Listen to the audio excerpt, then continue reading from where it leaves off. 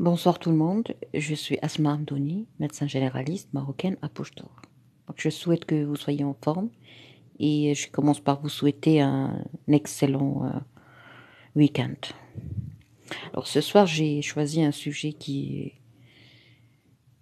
me tient à cœur, c'est la dignité.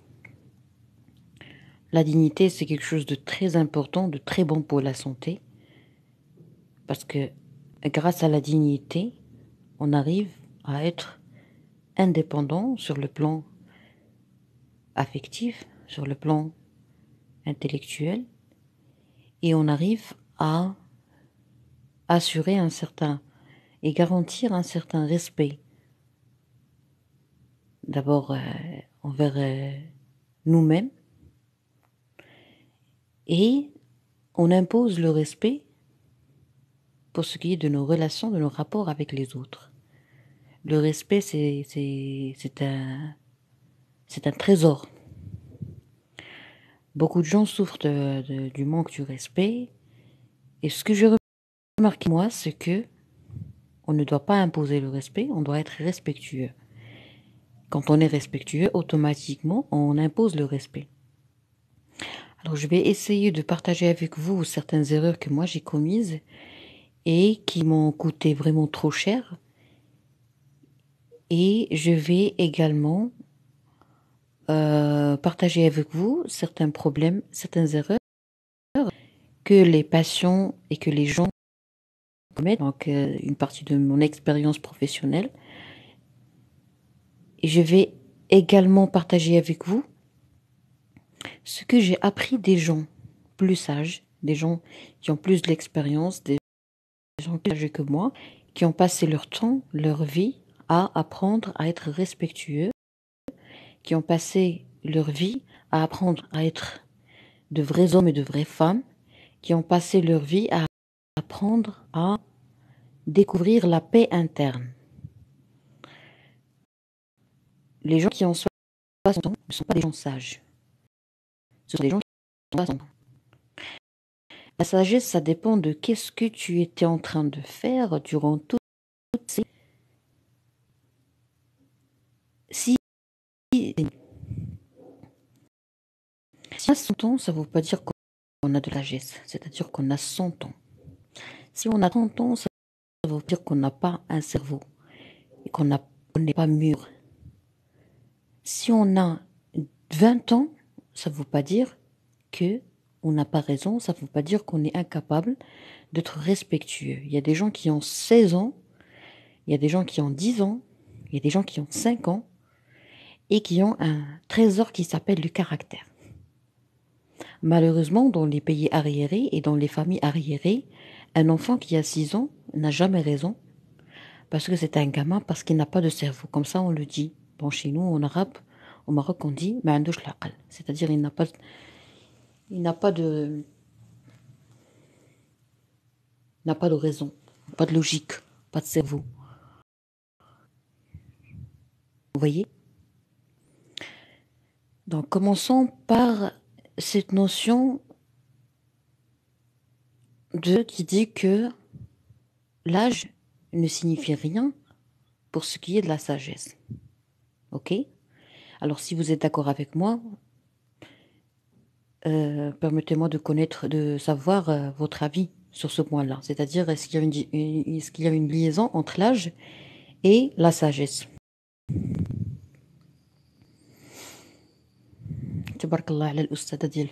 Alors, je ne vais pas répondre à ce monsieur parce qu'il n'a pas la capacité, il n'a pas les moyens pour comprendre ce que je dis.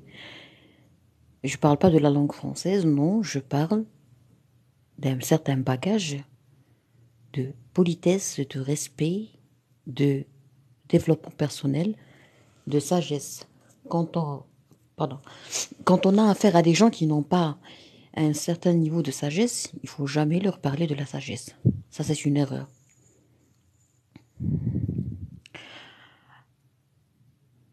Ah, bonsoir Nano,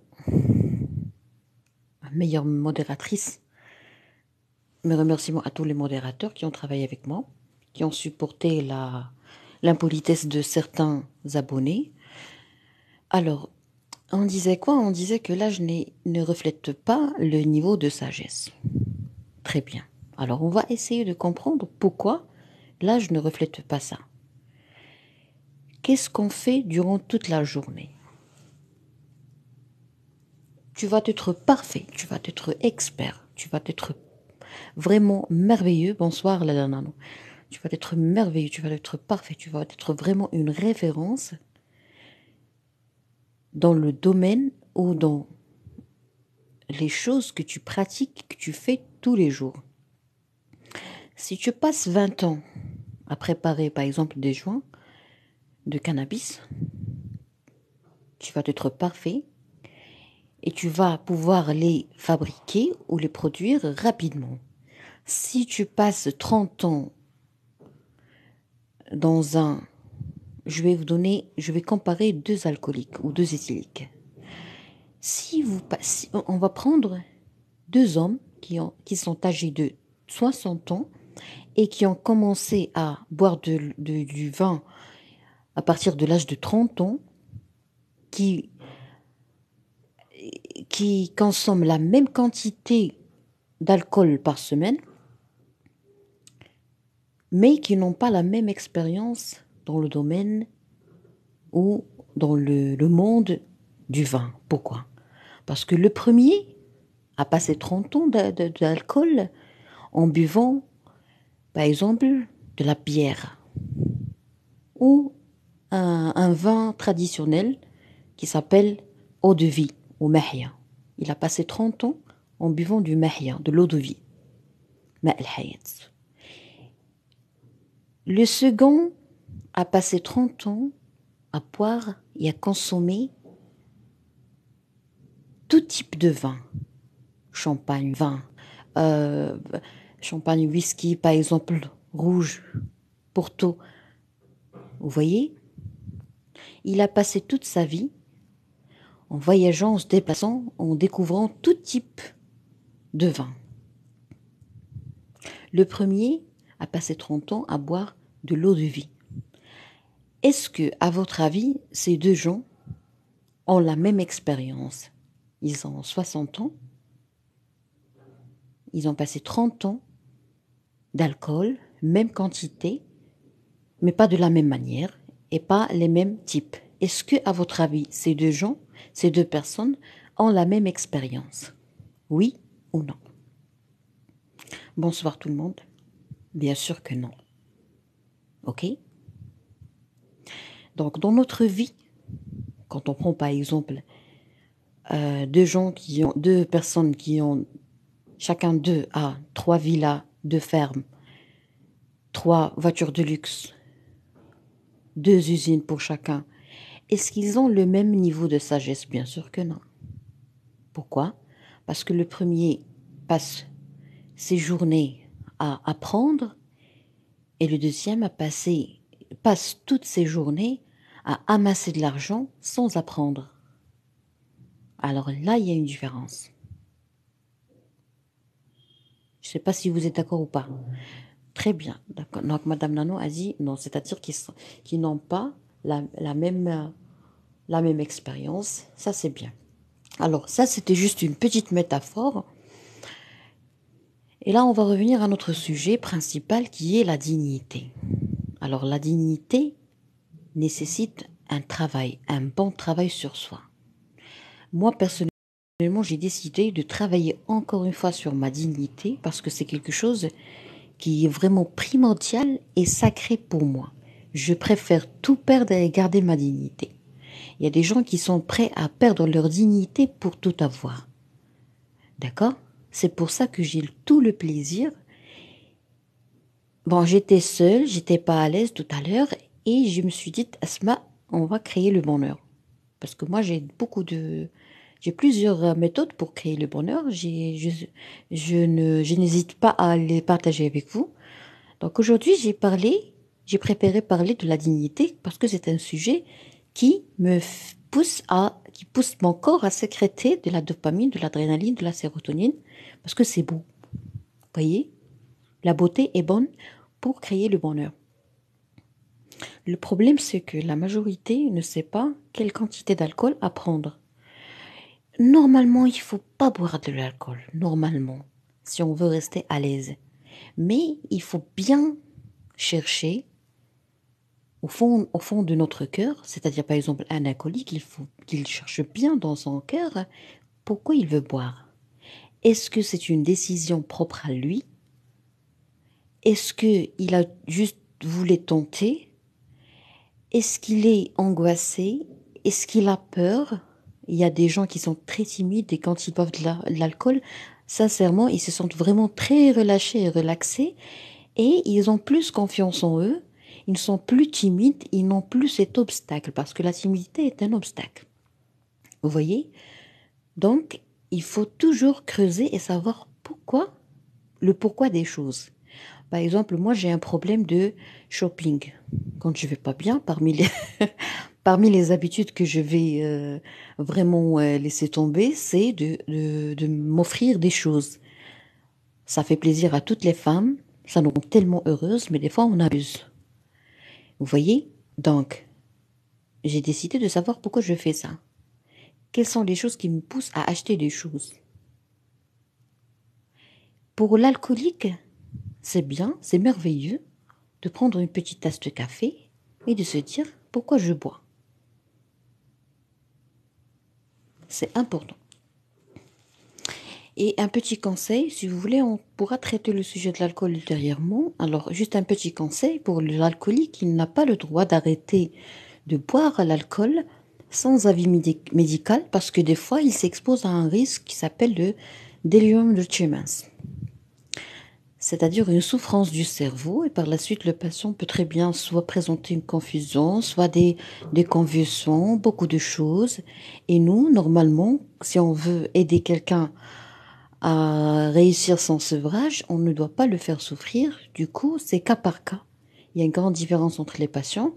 Donc, ça serait très, très, très préférable de traiter chaque patient d'une façon vraiment personnalisée. Vous voyez? Bon, c'était une réponse un peu générale juste pour vous répondre. Quels sont les principes de la dignité? Très bonne question. Alors, Monsieur Mohamed a dit, il veut essayer tout simplement. Si ça marche, ok, sinon, ah, d'accord. Donc, quels sont les principes de la dignité? Ça, c'est une question très pertinente. Alors, les principes de la dignité, c'est d'assurer une certaine indépendance financière, intellectuelle et affective. Alors, si on arrive à avoir une indépendance, je répète, financière, intellectuelle et affective, c'est-à-dire qu'on est la personne la plus forte, la plus respectueuse et qui a un très, très, très grand niveau de dignité et de respect de sa dignité.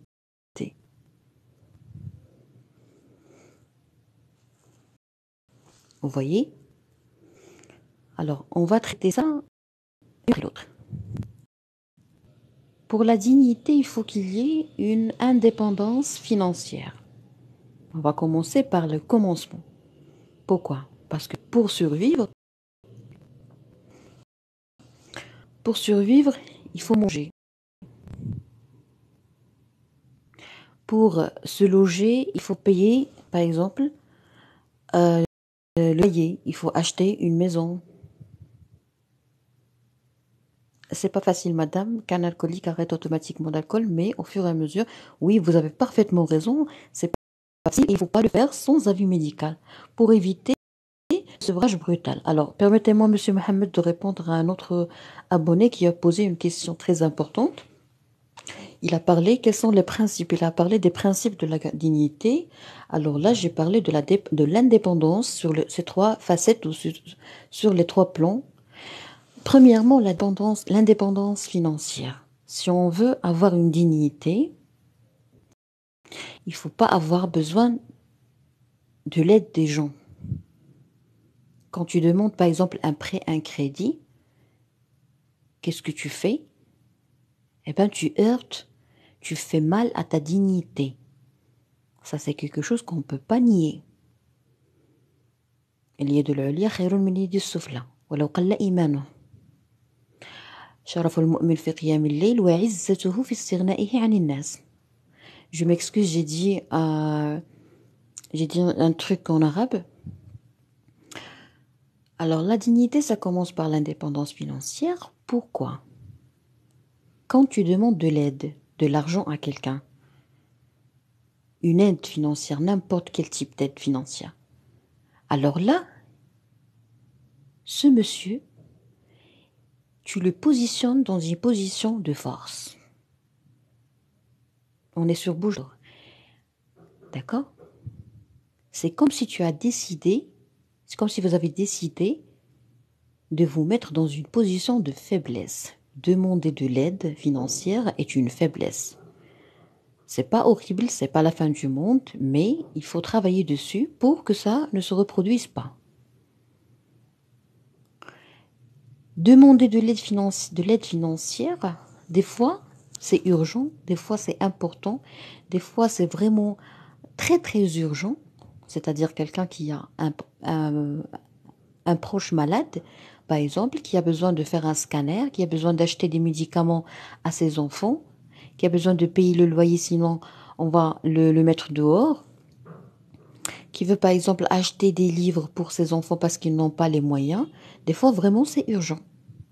Alors là, le monsieur, il marche sur sa dignité, comme on dit. Pourquoi? Parce que c'est urgent, parce que c'est important.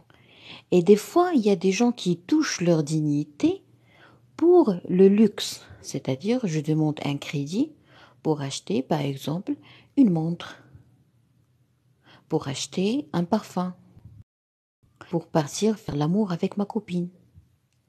Il y a des hommes qui demandent de l'argent pour leur copine.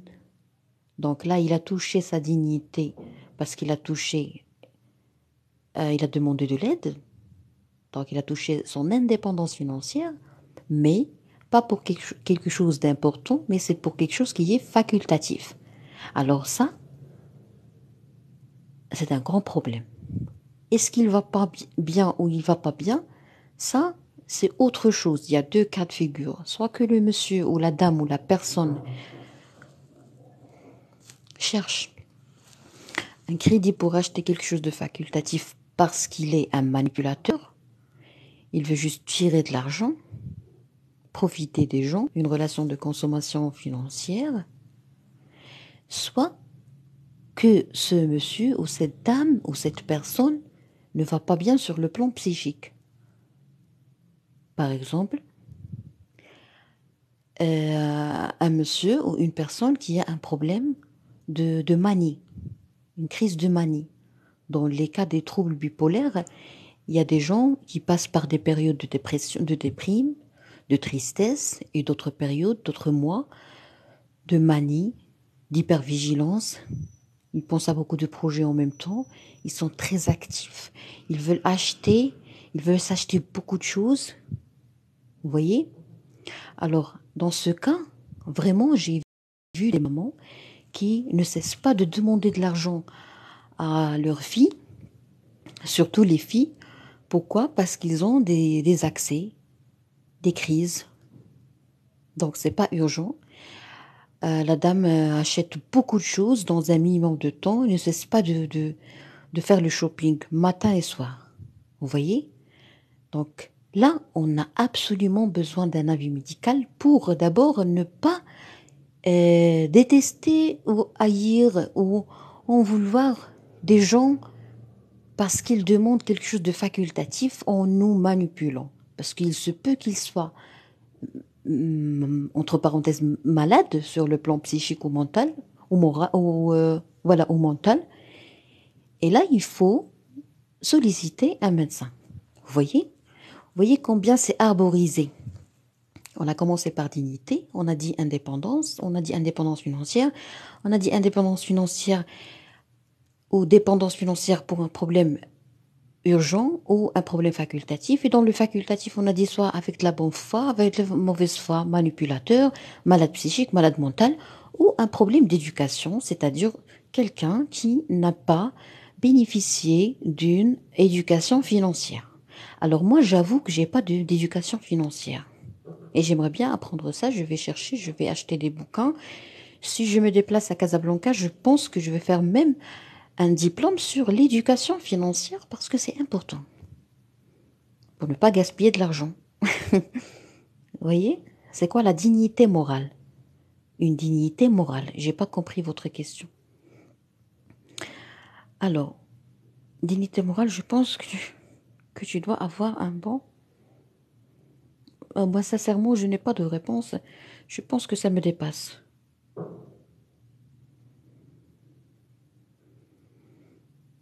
Je n'ai pas de réponse pour votre question parce que je n'ai pas compris. Tout ce qui est moral, dignité morale, j'ai pas compris votre question. Il se peut qu'il y ait quelqu'un d'autre, un autre homme qui pourra connaître la réponse, mais moi, j'ai pas su. Alors là, on a terminé brièvement le sujet de la dépendance financière.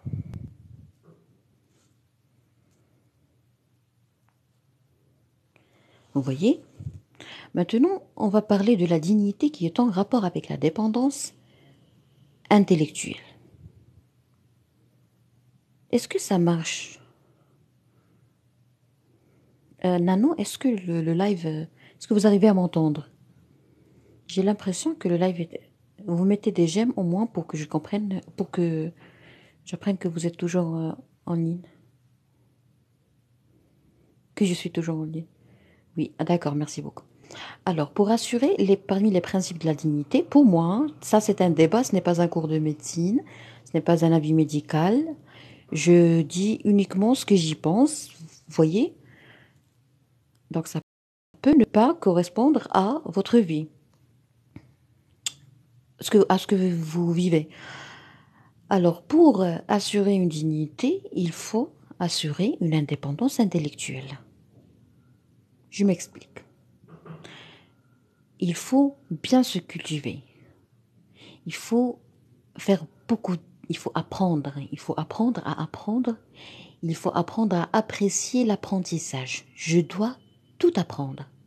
Une personne cultivée, c'est une personne, c'est une, c'est une composante de plusieurs processus. Beaucoup de choses. Pour arriver à être une personne cultivée, il faut d'abord commencer par l'humanité. Il faut avoir des qualités. Il faut être bon. Nous, on ne cesse pas d'essayer d'être bon. Moi, je travaille dessus et j'aime beaucoup profiter des gens que je connais pour devenir la meilleure version de moi. Bien sûr, ça ne veut pas dire être gentil et être docile et être à la portée de tout le monde et être accessible. Si je veux être bonne, ça ne veut pas dire être conne. Vous voyez?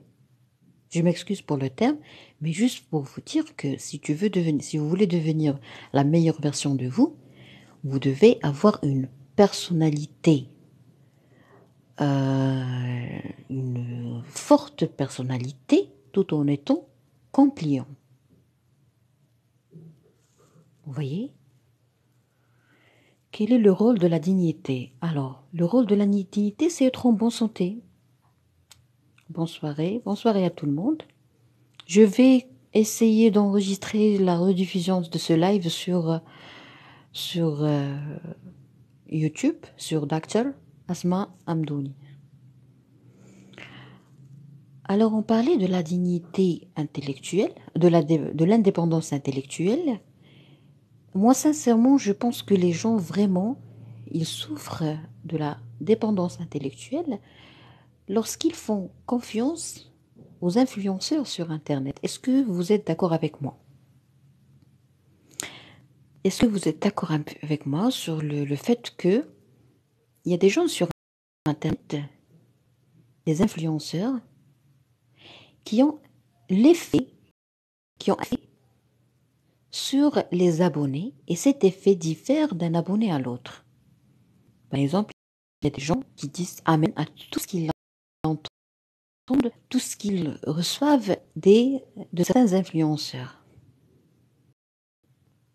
Il y a des gens qui ont, par exemple, une indépendance intellectuelle et quand ils, par exemple, apprennent quelque chose, par exemple, moi, quand je dis quelque chose sur le live, moi, j'aime beaucoup les gens qui, quand ils sont d'accord, quand ils sont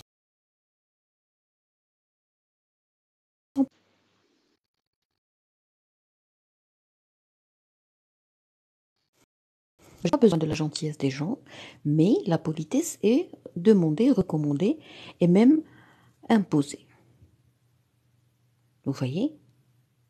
Si tu es ignorant, alors si je suis ignorante, je vais être rapidement et facilement influençable par les influenceurs ou par mon entourage. Alors ça, c'est mauvais. Je ne pourrai jamais avoir de la dignité si je suis facilement influençable. Parce que tout le monde va faire de moi euh, une poupée, un petit robot, une petite machine que je peux manipuler tranquillement. Parce que le mot manipulateur ou manipuler, ou le verbe manipuler, c'est utiliser quelque chose tranquillement. Comment, par exemple, on trouve dans certains livres ou guides comment manipuler telle machine. Alors, si vous voulez pas être, si vous êtes manipulé, ça va toucher votre dignité. Pour ne pas être manipulé, il faut avoir une indépendance intellectuelle. C'est-à-dire que je ne vais pas attendre l'information de quelqu'un. Je ne vais pas attendre l'information de quelqu'un. Alors, si je suis toujours à l'attente d'une information de quelqu'un, et surtout de la même personne, alors ça, c'est grave. Pourquoi? Parce qu'on aura un binôme, couple, dépendance intellectuelle, dépendance affective. Ça, c'est désastreux. Alors, j'aimerais bien détailler ce point. J'aimerais bien détailler ce point qui est le couple, dépendance intellectuelle, dépendance affective. Parce qu'il y a des gens qui croient qu'ils aiment quelqu'un alors qu'il n'y a pas d'amour, il y a une dépendance. Pourquoi? Parce que cette personne connaît tout. Madame sait tout, monsieur sait tout. Est-ce que vous avez dans votre entourage ou vous avez déjà eu une relation avec quelqu'un? Ça ne veut pas dire que c'était une relation d'amour entre hommes et femmes, mais ça peut être par exemple une relation d'amour amical entre un homme, une femme et une femme. Est-ce que vous avez déjà eu une amie ou un ami et que après vous avez remarqué que vous aviez une dépendance affective et une dépendance intellectuelle? Je m'explique. La dépendance intellectuelle, c'est-à-dire que si tu veux faire quoi que ce soit, tu appelles cette personne. S'il te valide, tu dis oui. S'il dit non, c'est non. Donc, on n'utilise pas notre cerveau, mais on préfère se servir du cerveau de l'autre. C'est ça exactement la dépendance intellectuelle. C'est utiliser le cerveau d'une autre personne parce que votre cerveau est en panne ou il est paresseux ou il est toujours en mode avion ou en mode repos. Si vous avez en permanence besoin du cerveau d'une autre personne, c'est-à-dire que vous avez une dépendance intellectuelle. Donc, soit on décide de faire un diagnostic de savoir qu'est-ce qui se passe et de traiter cette dépendance, soit on va continuer à être esclave de cette personne. Si on ne veut pas rester esclave de cette personne, on doit apprendre. Comment est-ce qu'on pourra apprendre? Soit en lisant premièrement, c'est faire un diplôme. Si tu as un diplôme, tu peux, par exemple, opter pour un deuxième diplôme. Par exemple, moi, pour apprendre, par exemple, l'éducation financière, je suis prête à payer et à étudier ça dans une école de management, d'économie, de gestion, de quelque chose, business intelligence. J'ai 5 ans d'expérience. Donc, je pense que selon les lois des écoles de management, de commerce, de marketing et tout, je pense que on a le droit d'accéder à ces écoles après 5 ans d'expérience. Je préfère étudier ça dans une école. Ben, c'est ça l'indépendance intellectuelle. Si je veux par exemple connaître la loi, je peux très bien étudier et avoir un diplôme de droit. Vous voyez? Je vais faire par exemple des études juridiques ou je ne sais pas comment ça se nomme pour ne plus avoir besoin ou pour diminuer le besoin. Par exemple, quand je parle avec quelqu'un alors que moi j'ai jamais étudié son domaine, je vais être nulle devant lui. La discussion va être très difficile pour lui. Il va faciliter, simplifier son discours pour que je comprenne, mais j'aurai toujours besoin de lui.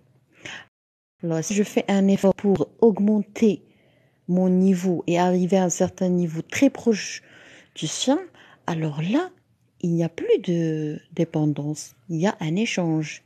On fait un échange avec une personne qui est tout près de nous, très proche de nous. S'il y a un écart de niveau intellectuel, alors là, il y a un problème.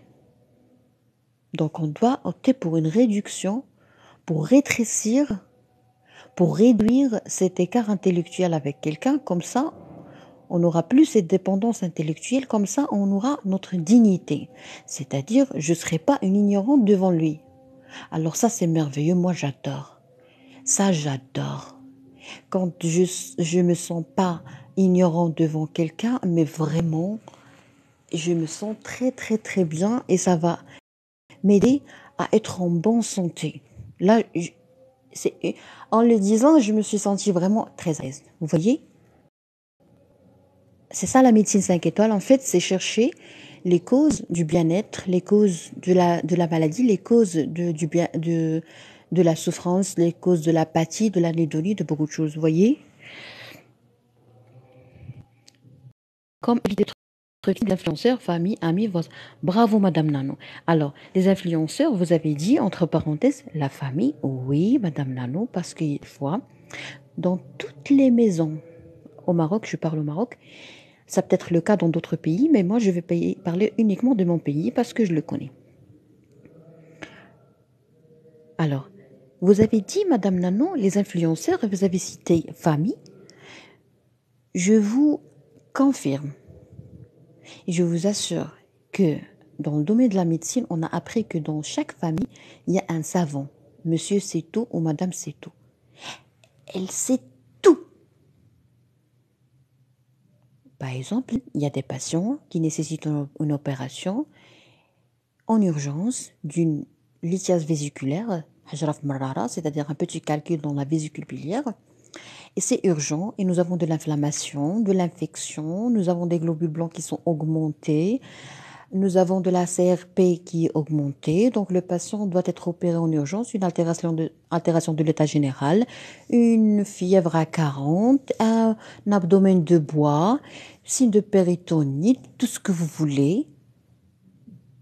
Et tout le monde a une dépendance intellectuelle, c'est-à-dire il est esclave intellectuellement de cette personne et on ose dire au chirurgien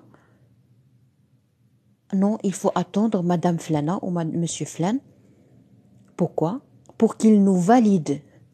Est-ce qu'on pourra faire cette opération ou pas? Alors, il n'y a personne, même les gens qui ont eu un diplôme, parce que ce qui est malheureux, c'est le niveau et la méthode d'apprentissage dans les écoles où on a des gens qui ont un diplôme et pourtant ils ont une dépendance intellectuelle. Tu vois un monsieur qui a par exemple sa licence et pourtant il te dit non, je dois attendre ma tante pour qu'elle valide l'opération. Est-ce que c'est familial? Non. On va perdre le patient. On ne pourra pas perdre le patient. Et quand on opère le patient, on aura des problèmes avec la dame par la suite. Il fallait pas opérer, il fallait attendre, il fallait faire le PET scan, il fallait faire une IRM. Madame, le monsieur avait une péritonite. C'est-à-dire, on allait perdre le patient. Donc, soit on opère et on le sauve, et c'est exactement ce qui a eu lieu, soit on le laisse traîner dans les couloirs et mourir. Et tu dis non, il fallait prendre mon avis, et il est fâché. Alors ça, c'est grave. Quand il y a une seule personne qui sait tout, c'est grave. Deuxième cas, vous avez dit, Madame Nano, ou deuxième type d'influenceur, vous avez dit les amis. Oui. Il y a des hommes qui ont des amis. Ce ne sont pas des influenceurs, mais ce sont surtout des empereurs. Ce sont des gens qui décident, ce sont des gens qui contrôlent, ce sont des gens qui sont toxiques, qui ont le profil de juge, le profil de contrôleur. Ça, c'est malheureux. Vous savez, pour garder la dignité dans ce cas-là, il faut toujours mettre des limites dès le début dans l'amitié. Il faut toujours faire passer les gens par une présélection, une sélection. C'est comme tes concours. Tu veux être mon ami, tu passes par des évaluations, par des preuves, par des épreuves. Vous voyez? Alors, je vais devoir vous laisser. On a parlé de la dépendance intellectuelle, dépendance financière. Dépendance intellectuelle, c'est très, très, très, très, très vague. Vous avez donné un troisième exemple, je pense. Vous avez dit famille, amis et voisins. Oui, les voisins. Alors ça, c'est catastrophique. Si les voisins également ont de l'influence, ont de l'effet sur vous, de l'emprise, ça c'est encore c'est encore pire. Bonsoir, bonsoir tout le monde. Alors, on est arrivé à la dépendance vraiment intellectuelle. On va la traiter ultérieurement, tranquillement, dans un live. Vous voyez? Parce que vraiment, ça mérite d'être traité. Et puis, nous avons la dépendance affective qu'on va traiter ultérieurement. C'est quelque chose qu'on confond toujours avec l'amour et qu'on ne peut pas vivre. Si tu as quelqu'un dans la vie, dans ce monde, qui ne peut pas vivre sans toi, c'est une dépendance. Parce que nous, surtout nous les musulmans, on a un point très important qu'on doit apprendre dès un bas âge, sinon on va souffrir. Alors moi, j'en ai souffert. C'est la dépendance que nous avons envers nos parents. Et on souffre, on fait pas le deuil des fois. Bon, le deuil, on pourra jamais le faire. Et vraiment, on souffre. Le deuil est un événement qui est très douloureux. Et pour ne pas vivre ce deuil, il faut, pour le vivre paisiblement, il faut, je pense, travailler sur la dépendance que nous avons envers nos parents et apprendre que chez nous, les musulmans, il faut aimer le Dieu. Pour être un bon croyant, il faut aimer le Dieu et le prophète plus que tout, plus que nous, plus que nos parents, plus que tout. Pourquoi? Parce que tout le monde peut nous quitter. S'il ne nous quitte pas, il pourra mourir et on va souffrir de la séparation. Alors il faut se préparer pour la séparation. Comment? En gardant dans l'esprit dès un bas âge que tout le monde va pouvoir nous quitter, sauf le Dieu, le prophète. Vous voyez? Donc, l'islam nous protège de la dépendance affective. On n'a pas le droit de compter sur quelqu'un en islam. On compte uniquement sur le Dieu et le Dieu ne pourra jamais mourir. Vous voyez? L'islam est un traitement, est une prévention de la dépendance affective. Séparation, chagrin d'amour. Qu'est-ce qui nous aide à surmonter un chagrin d'amour? Eh bien, c'est l'amour du Dieu. C'est pour ça que je vais vous dire au revoir pour faire la prière, parce que vraiment, une dose de dopamine que je vais avoir, sérotonine, Dieu merci. Je suis très, très, très contente et très satisfaite de la reprise de nos lives après une semaine de repos, une semaine de repos de TikTok. Il y a encore des commentaires. La réponse, c'est des gens qualifiés comme vous, docteur, on accepte, et pas de quelqu'un des abonnés. Ah, d'accord. Je pense, pour moi, ça me dérange pas qu'il y ait des réponses des abonnés, mais entre vous, vous pouvez vous mettre d'accord. Je respecte ce qui se passe entre vous, les abonnés, je respecte. Moi, je permets à tout le monde de parler, mais à chacun Mais c'est bien de mentionner ça. C'est-à-dire, mesdames et messieurs, qu'il y a des abonnés qui, quand ils posent une question, quand ils me posent des questions, ils veulent une réponse du docteur, de la personne qui anime le live, et non pas de n'importe qui, parce qu'ils connaissent pas qui est-il, quel diplôme il a, quelle intention il a durant le live, parce qu'il y a des gens qui veulent uniquement parasiter. Ben, je respecte votre commentaire, votre avis. Merci, docteur, pour ce sujet intéressant et utile. Je vous en prie. Merci beaucoup, docteur. Madame Nanou, je vous admire sincèrement. Vous faites un très bon travail. Merci. Voilà. Donc, à la prochaine. Ah oui, avant d'oublier, donc demain, il y aura un live, Inch'Allah, sur YouTube où on va parler de la consultation à domicile. On va parler de la culture de la consultation à domicile. Parce que les gens ne savent pas que c'est une culture. Les gens qui n'ont pas les diplômes n'ont pas le droit de répondre. Ah, d'accord. Ah, vous avez raison, parce que des fois, il y a des gens qui disent du n'importe quoi et on pourra même mener des gens à l'erreur. Vous avez parfaitement raison. Très bien, donc à la prochaine, à demain, Inch'Allah.